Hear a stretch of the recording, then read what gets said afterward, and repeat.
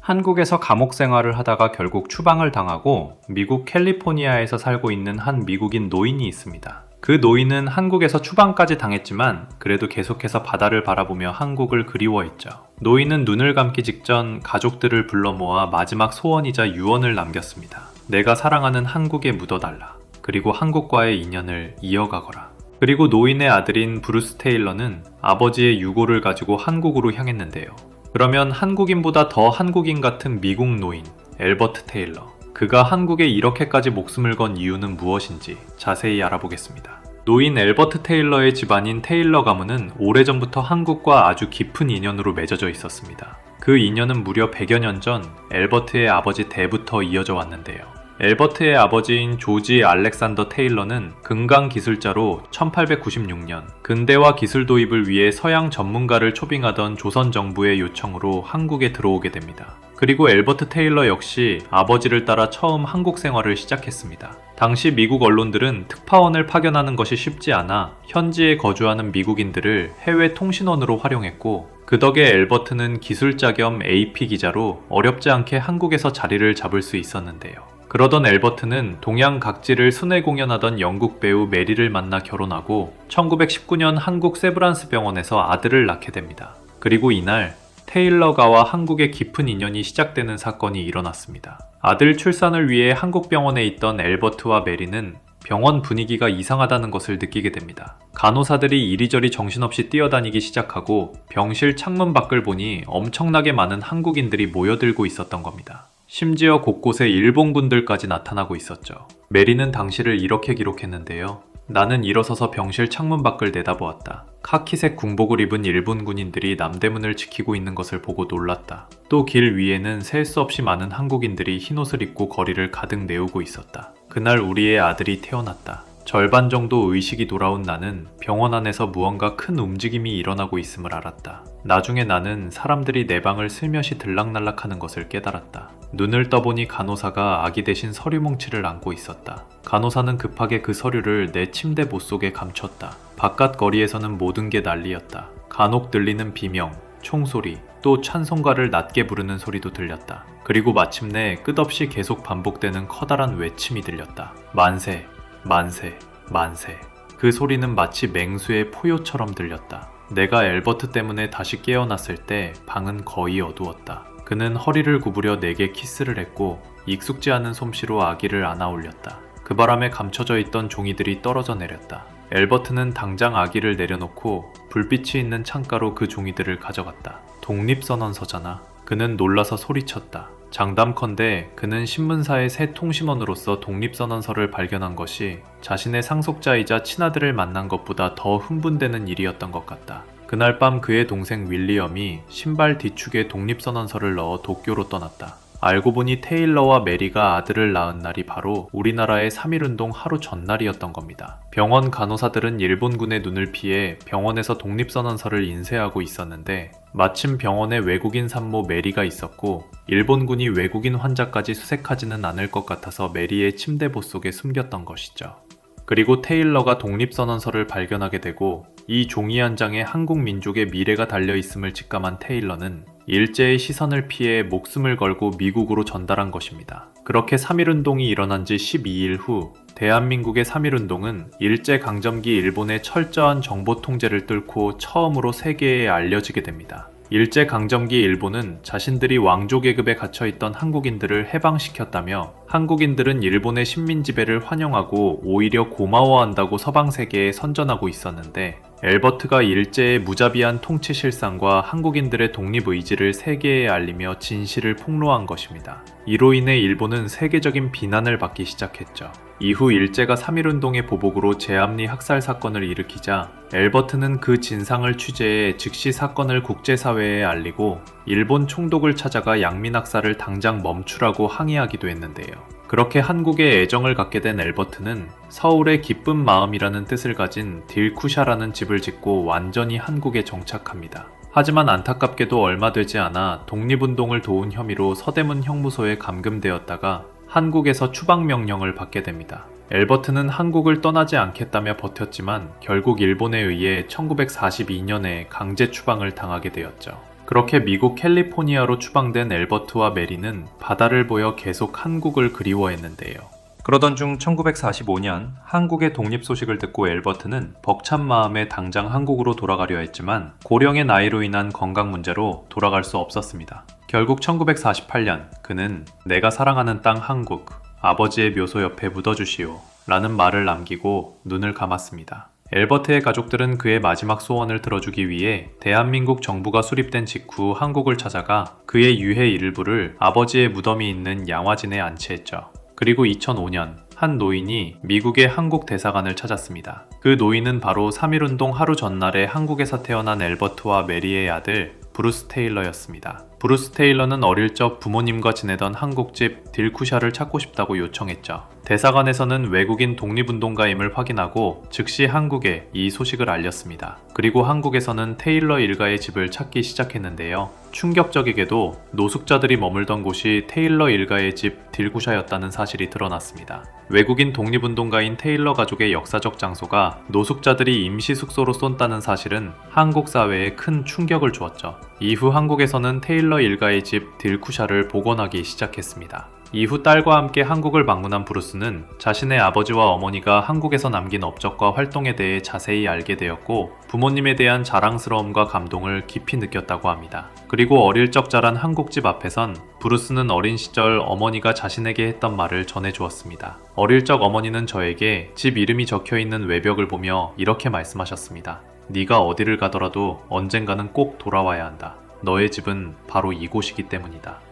엘버트와 메리의 아들이자 이제는 노인이 된 브루스 테일러는 2015년 미국 캘리포니아에서 자신의 아버지와 마찬가지로 한국에 관한 유언을 남기며 눈을 감았습니다. 내가 자란 땅과 부모가 활동했던 한국에 가고 싶다.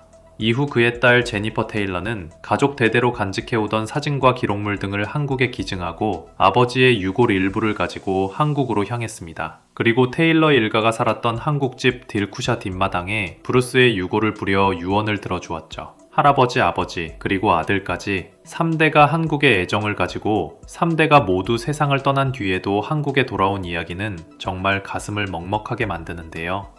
엘버트가 한국에 이처럼 강한 애정을 느끼게 된 것은 고종황제의 국장을 보고 취재한 이후부터였다고 합니다. 테일러는 고종황제의 국장을 보며 주변 조선인들의 얼굴에 서린 망국의 한을 보았고 거기에 시선을 뺏겼다고 말했습니다. 그의 아내인 메리의 기록에는 이렇게 적혀 있었는데요. 마지막 황제가 떠나는 모습을 본 국민들의 마음은 증오와 절망감이 가득했다.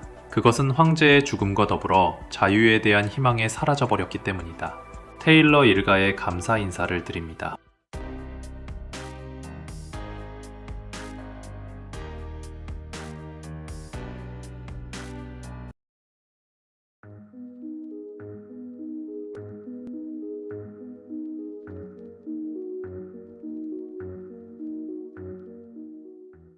중국은 대다수 지역과 400개 이상의 대학 캠퍼스에서 로봇을 이용한 자율주행 배송을 시행하고 있습니다. 넓은 국토로 인해 로봇을 이용한 무인 배송에 이점이 많은 중국은 다른 나라들이 로봇 배송의 실현 가능성과 안정성을 검토할 때 다짜고짜 무인 배송을 실생활에 적용시켜 나가기 시작했고 계속해서 기술을 개발하고 대량으로 보급한 끝에 현재 중국에서는 로봇이 택배를 전달하는 모습이 더 이상 어색한 일이 아니게 되었죠. 그러나 최근 중국 무인 배송 업계에서 숨기고 싶어하는 비밀들이 속속 드러나고 있습니다. 무인 배송 택배 차량과 일반 차량 간의 교통사고부터 자율주행 차가 오작동을 하는 경우가 비일비재하다는 것입니다. 특히 무인 배송 차량의 사고 현장에는 중국 무인 배송 업체 직원들이 나와 황당한 행동을 해 중국인들마저 비난을 퍼붓고 있는데요. 그러면 우선 중국 무인 배송 로봇의 각종 사건 사고 영상부터 살펴보겠습니다.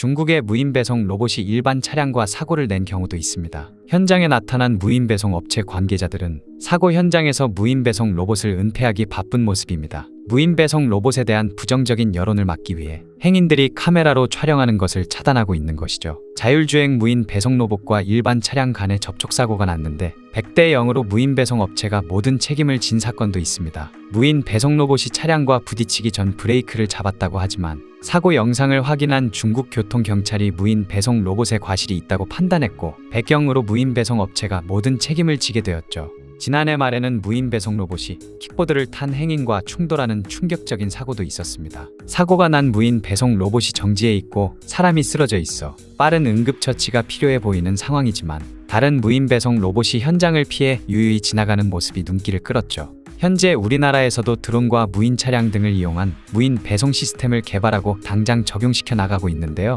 과연 우리나라의 무인 배송 로봇은 어떤 모습을 보여줄지 궁금해집니다.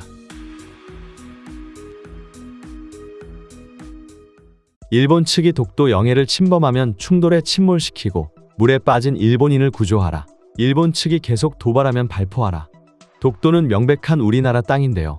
하지만 일본은 한국이 독도를 불법 점령하고 있다며 계속해서 억지 주장을 부리고 있습니다. 독도 영유권에 대한 일본의 야욕은 날이 갈수록 심해지고 있죠. 일본은 매년 독도 기념행사를 하는가 하면 초등학생 때부터 학교에서 독도는 일본의 영토라고 가르치고 있는데요. 심지어 올해 초에는 일본 국가안전보장 전략을 개정하면서 독도를 일본의 고유 영토라고 처음으로 못 박았고 시네마현 소속의 작은 섬마을에서는 오는 11월에 독도 영유권 주장 집회 개최를 예고하고 나섰습니다. 역사적 증거물들이 있음에도 우기고 드는 일본의 뻔뻔함에 어이가 없는데요. 과거엔 독도 해역에 한국과 일본의 군사력이 집중되면서 군사 충돌 위기가 찾아오고 결국 발포 명령까지 떨어져 일촉즉발의 상황까지 간 적이 있다는 사실을 알고 계신가요? 한국과 일본이 군사 충돌 위기를 겪은 것은 1945년 해방 이후 처음이었는데요. 그런 만큼 독도 해역에는 터질 듯한 긴장감이 감돌았습니다. 사건의 발단은 일본이 독도 주변 지도 제작을 위해 측량 활동을 하겠다고 일방적으로 선언하면서 시작되었는데요. 일본의 아베는 국제법에 따라 냉정하게 대처하라고 지시하는 등 강경한 입장을 보이며 독도 측량 활동을 지시했고 독도 주변 측량 활동을 시작함과 동시에 유사시를 대비해 독도 인근에 해상자위대 병력을 배치하였습니다. 또한 일본은 측량 기간 동안 독도와 가까운 마이즈루 항 앞바다에서 대규모 해상 군사훈련을 실시하기까지 했는데요. 이 훈련에는 무려 구축함 등 함선 20척과 해상자위대 병력 4,000명이 동원되었습니다. 일본의 훈련은 사실상 한국을 위협하는 행위로 간주될 만큼 적대적이고 노골적이었죠. 이러한 일본의 도발에 우리나라 정부는 독도 인근 이이지 경계선에 5,000톤급 삼봉호를 포함한 500톤급 이상 경비정 18척을 파견하여 검문 검색을 강화하였고 김포공항에 있던 해경 초계기 챌린저호를 강릉 비행장으로 이동하였으며 광역 위성통신망을 이용해 일본 측량선을 감시하기 시작했습니다. 또한 동해와 속초, 포항 해양경찰서의 모든 직원들의 비상경계령을 내리고 24시간 출동 준비 태세를 갖추게 하였고 일본 측이 이이지 경계선을 침범할 경우를 대비하여 일본 선박을 납포하는 훈련도 진행하였다고 합니다. 이러한 한국의 철저한 방어에 일본의 해양 측량선은 결국 조사를 포기하고 왔던 길을 되돌아가게 되는데요. 하지만 이러한 사건이 발생한 지 3개월 후 이번에는 한국이 독도 부근 해류 조사를 진행할 것이라 밝히면서 한국과 일본 사이에는 본격적인 긴장감이 돌기 시작했습니다. 일본은 3개월 전 한국이 자신들의 측량 활동을 못하게 막았듯이 자신들도 마찬가지로 한국이 독도 영해에서 해류 조사를 할 경우 순시선을 파견할 것이라고 입장을 밝혔습니다. 당시 일본은 한국이 측량 활동을 포기할 것이라고 예상했는데요. 하지만 일본의 예상과는 다르게 한국 정부는 독도에 대한 주권 권리를 재확인하겠다며 일본이 주장하는 독도의 배타적 경제 수역까지 포함한 독도 전역을 조사하겠다고 입장을 밝혀 긴장감이 극에 달하기 시작했습니다. 한국 정부에서는 일본의 순시선이 오더라도 퇴거 방송만 할 수 있을 뿐 강제로 밀어내거나 납포하지는 못할 것이라고 예상했는데요. 결국 한국에서는 순시선이 와서 경고 방송을 하더라도 무시하고 해류 조사를 진행하겠다며 독도 해역의 경비함 2척과 25,000톤급 수로 측량 관측선인 해양 2000호를 파견했습니다. 파견된 해양 2000호는 길이 89m, 폭 14m 크기로 23명이 탈 수 있으며 한 번 주유로 약 2만 킬로미터를 이동할 수 있어 50일간 연속 항해도 가능한데요. 그렇게 한국의 관측선이 독도 인근 해류 조사를 실시하자 일본은 말했던 대로 순시선을 보내 한국 측에 조사 중지를 요구하였습니다. 하지만 한국의 관측선과 경비정은 일본의 중지 요구를 무시한 채 계속해서 조사를 강행하였고, 이에 양국 선박 사이에는 일촉즉발의 긴장감이 맴돌게 됩니다. 한국의 관측선과 경비정 그리고 일본의 순시선이 대치하는 긴장 상황이 지속되었는데요. 대치가 계속되자 당시 한국 대통령은 위협 사격 명령을 내렸고, 이 같은 명령을 입수한 일본 정부는 충돌이 발생할 것을 우려하여 한국의 해류조사 저지를 포기하고 순시선을 자국으로 불러들였습니다. 아베 전 총리의 회고에 따르면 위협 사격 명령이 한국 대통령으로부터 은밀하게 내려왔다며 한국 측의 해양 조사를 저지할 경우 물리적 충돌이 발생할 것으로 판단해 자신이 조사 저지 활동을 중단시켰다고 합니다. 사실상 한국의 강경 대응에 일본이 꼬리를 말고 도망친 격인데요. 해당 사건은 2006년에 벌어진 것으로 아베 총리가 2010년에 열린 도쿄 타쿠쇼쿠 대학의 심포지엄에서 이 사실을 최초로 공개해 세상에 드러나게 되었다고 합니다. 그러면 충돌을 우려한 일본의 순시선이 자국으로 돌아갔을 때 일본인들의 반응은 어땠는지 자세히 살펴보겠습니다. 반한 시위 안 맞고 방치했으니까 이제 한국도 일본이 느낄 기분 따위 배려해주지 않기 시작하는 걸까? 우리가 약한 나라도 아니고 한국이 이렇게까지 무시하고 공격적으로 대응하기가 쉽지 않을 텐데 한국은 전쟁까지 각오한 걸까? 한국 정도는 일본 제국에서도 충분히 대응할 수 있고, 현재 우리는 독도의 침략을 받고 있으니까 국가로서 충분히 방위의 대의명분이 있다. 나는 미국에 유학하고 있는 일본인입니다만 여기 미국에서는 다케시마를 한국 영토라고 받아들이고 있어요. 왜냐하면 일본이 아무리 영유권을 주장해도 땅에 발을 디딜 수조차 없기 때문이죠. 나라 망신이 아닐까? 한국은 발포 명령까지 했다는데 우리는 겁먹고 도망친다는 게 너무 부끄럽습니다. 일본은 왜 이렇게 한국을 배려해 주는 것일까? 저 작은 섬이 한국인에게 있어서는 자부심이나 목숨보다 소중하다고 말하고 있으니 바보라고밖에 생각되지 않는다. 뭐 여기까지 세뇌한 한국 정부가 굉장하군. 그리고 세뇌된 한국인은 수준이 낮다. 한국에서 만든 역사책 말고 세계 역사책 읽어보면 진실을 알 텐데 한국의 지식인들은 나라를 위해 양심을 팔고 있는 건가? 유럽에 거주하는 사람인데 조선인이 거짓말하고 있다는 것은 누구나 다 아는 사실이다. 참고로 여기 지도는 모두 일본으로 표기되어 있어. 조선놈은 일본인이 될 수 없기 때문에 단념해라. 패전국이 영토 주장하는 게 이상한 거지. 그만 포기하자. 독도 때문에 우리 일본인이 위험에 노출되어 있다. 저런 작은 무인도는 낭비지. 일본 국토 분류 회의를 열고 영유권 따위 그냥 포기하는 편이 좋지 않을까.